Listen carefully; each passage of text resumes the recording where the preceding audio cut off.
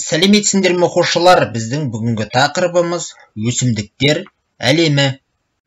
Оқу мақсаты: оқылым стратегияларын қолдану, жалпы мазмұнын түсіну үшін оқу, нақты ақпаратты табу үшін оқу. Хабарласудың құрылымы мен рәсімделу арқылы жанрлық ерекшеліктерін ажырату. Біздің жер шарымызға өсімдіктер не үшін қажет? Фотосинтез барысында өсімдіктерде қоректік заттар түзіліп, оттек бөлінеді. Ауаны көмірқышқыл газынан тазартады. Қоректік заттардың арасында өсімдіктер өсіп, дамиды. Өсімдіктер шөп қоректі жануарларға азық болады, ал шөп қоректі жануарлар жыртқыштардың азығы.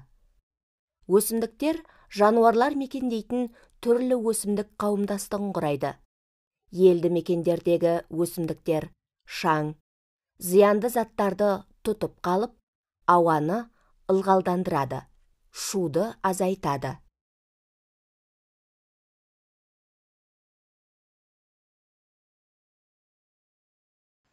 Оқушылар, келесі сұрақтарға жауап беріңіздер. Бірінші сұрақ: синоним дегеніміз не? Екінші сұрақ: антоним дегеніміз не? Үшінші сұрақ: аммоним дегеніміз не? Сұрақтарға нақты әрі толық жауап беріп болсаңыздар, оқушылар, келесі тапсырманы орындаңыздар.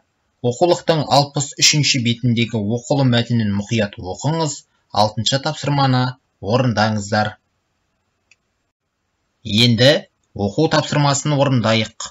Оқылым мәтініндегі мәліметтер бойынша сыныптастарыңызды Алтай ботаника бағына саяхатқа шақырып, хабарландыру жазыңыздар. Дескриптор: бірінші, Алтай ботаника бағы туралы мәліметтерді қысқаша атап көрсетіңіз. Екінші, Алтай ботаника бағына саяхат жасау себебін көрсетіңіз. Үшінші, хабарландыру құрылымын сақтаңыз. Төртінші, сөз санын сақтаңыз. Яғни 35-40 сөз болуы шарт.